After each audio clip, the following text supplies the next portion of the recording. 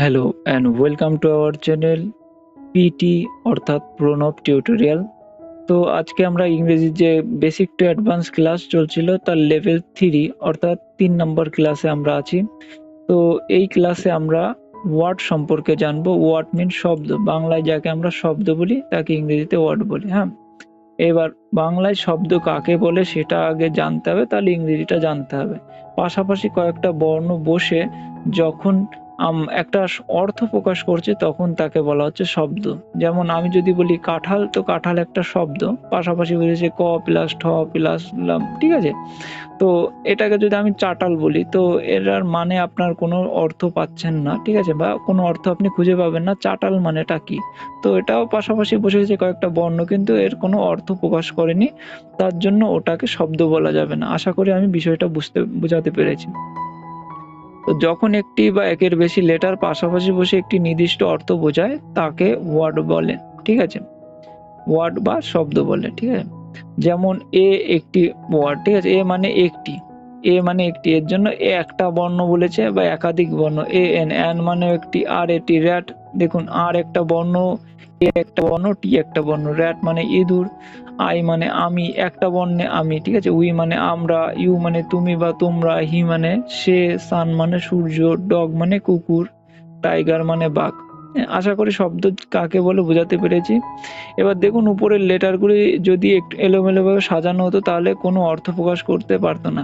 মানে আপনাকে যেটা বোঝাতে চাচ্ছি সেটা হচ্ছে, যদি বর্ণ পাশাপাশি বসে, একটা বর্ণ বা একাধিক বর্ণ পাশাপাশি বসে যদি অর্থ প্রকাশ না করে তাহলে সেটা শব্দ নয়। অর্থ অবশ্যই মাস্ট ওর থাকতে হবে, অর্থ না থাকলে হবে না।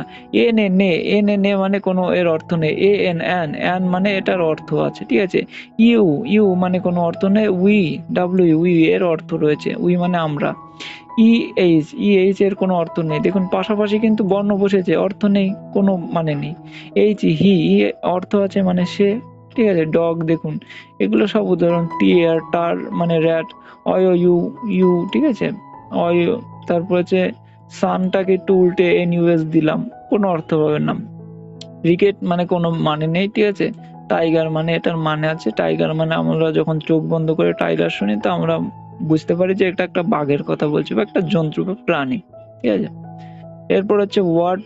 ভয়েলের সাহায্যে ৫টি ভয়েল কিভাবে বিভিন্ন সময় বিভিন্ন রূপে কনসোনেন্ট গুলিকে উচ্চারিত হতে সাহায্য করে সেই বিষয়গুলি, বিশেষ উচ্চারণগুলি দেখানো হলো, ঠিক আছে? মানে কখন কোন ভয়েলটা কি হিসাবে ব্যবহার বা উচ্চারণ হচ্ছে সেটা আমরা জানবো।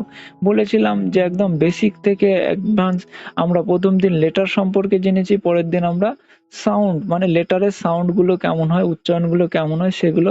আজকে আমরা ওয়ার্ড সম্পর্কে জানলাম এবং ওয়ার্ডের উচ্চারণ করব কি করে সেটা। দেখুন ওয়ার্ড তো জেনে নিলাম, এবার অনেকগুলো ডিকশনারির মতো ওয়ার্ড আপনাকে দিয়ে দিলাম, এগুলো মুখস্থ করুন, ওইভাবে হবে না। ওয়ার্ডটা পড়বো তো পড়বো কি করে? কোন একটা জিনিসে কোথাও এর উচ্চারণ এ হচ্ছে, কোথাও ই হচ্ছে, কোথাও আ হচ্ছে, তো আমরা জানবো কি করে? এর জন্য আমরা এই যে ভয়েল গুলো রয়েছে ৫টা ভয়েল, সেটার বিভিন্নভাবে উচ্চারণ রীতি আমরা দেখব, ঠিক আছে? তো দেখুন এর উচ্চারণ সম্বন্ধে জানবো। এ যখন অ এর মতো উচ্চারণ হয় তখন কেমন হয়, ঠিক আছে? All, A double L all, B A double L ball. দেখুন অ উচ্চারণ হচ্ছে কিন্তু অ, উচ্চারণ হচ্ছে ব আল্লাহ, ব অ আল্লাহ বল, ঠিক আছে? টল, ট অ আল্লাহ টল, ঠিক আছে? ফল, ফ আল্লাহ ফল, স্মল, ঠিক আছে? এস এম অ ডাবল এল স্মল। হল মানে এর উচ্চারণ অ এর মতো, আর আমরা জানি অ মানে কি অদৃশ্য লেটার থাকে কিন্তু লাস্টে কি অ, ঠিক আছে? এরকম একটা উচ্চারণ হয়, যেমন কহ, খহ, গহ, ঠিক আছে? এইভাবে। আর এরপরে দেখুন এ যখন আ এর মতো উচ্চারণ হয়, যেমন রাম, দেখুন আ আকার হয়ে গেল, তো সেই একই এ কিন্তু আর এম রাম, ঠিক আছে? রম হচ্ছে না কিন্তু, R M ram. Chair car, J A R jar, dark, ঠিক আছে? পাস্ট, তারপর হচ্ছে হার্ড। আশা করি এখানে দেখুন পাস্ট, পয়কারে পা আর শয়টা পাস্ট। এরপরে ওয়ার্ড দেখুন আরো কিছু আছে। ভয়েলের সাহায্যে ৫টি উচ্চারণ। ওয়ার্ড আমরা এ থেকে পুরো ই পর্যন্ত মানে যে কটা ভয়েল আছে ইউ পর্যন্ত সবগুলো জানবো।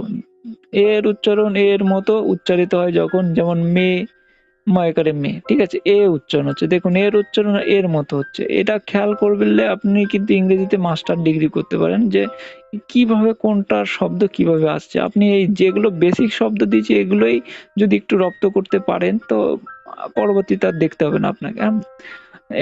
মে, এসে সে, ডিএ হয় ডে, আরে হয় রে, পিএ হয় পে, বিএ হয় বে, ঠিক আছে। এর উচ্চারণ যখন অয়জফলা আকার আর মতো হচ্ছে, ঠিক আছে। অয়জফলা আকার, যেমন ক্যাট, সি এ টি ক্যাট, দেখুন এর উচ্চারণ কয়জফলা হচ্ছে, ঠিক আছে। সি মানে ক, আর টি মানে ট, আর কয়জফলা আকার আর ট, ক্যাট। সি এন ক্যান, ফি এফ এন ফ্যান, ঠিক আছে।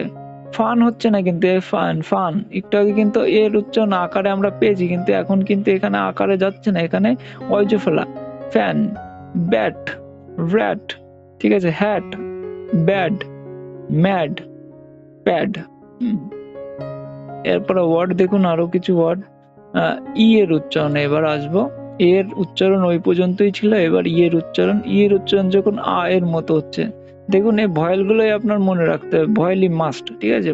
এগুলো থেকেই শব্দ আপনারা ধরতে পারবেন, পড়তে পারবেন।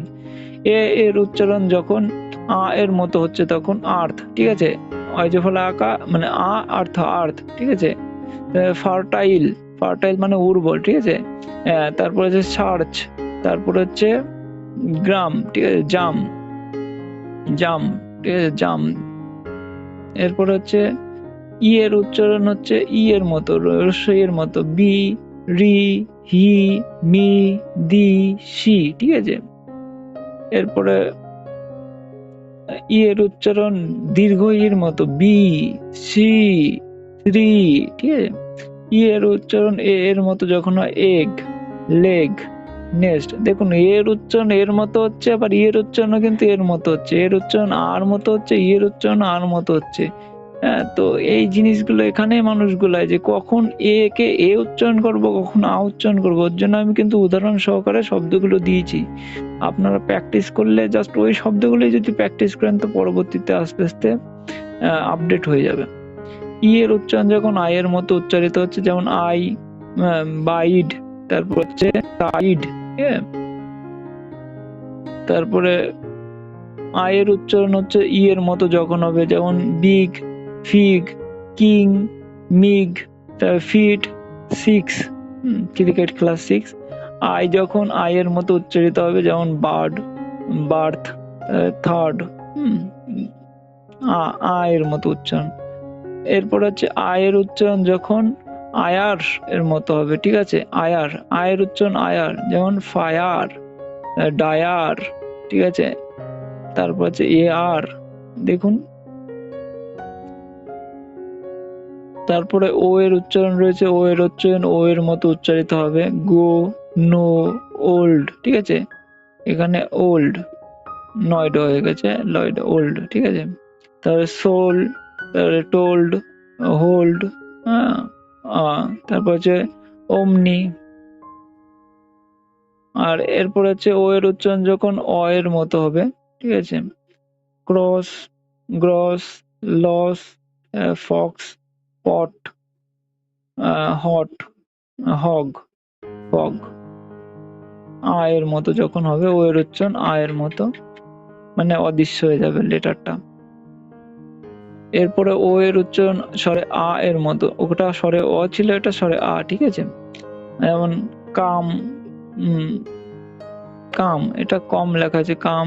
তারপর ডান, তারপর লাভ, মাদার, টাং, ডফ, ঠিক আছে।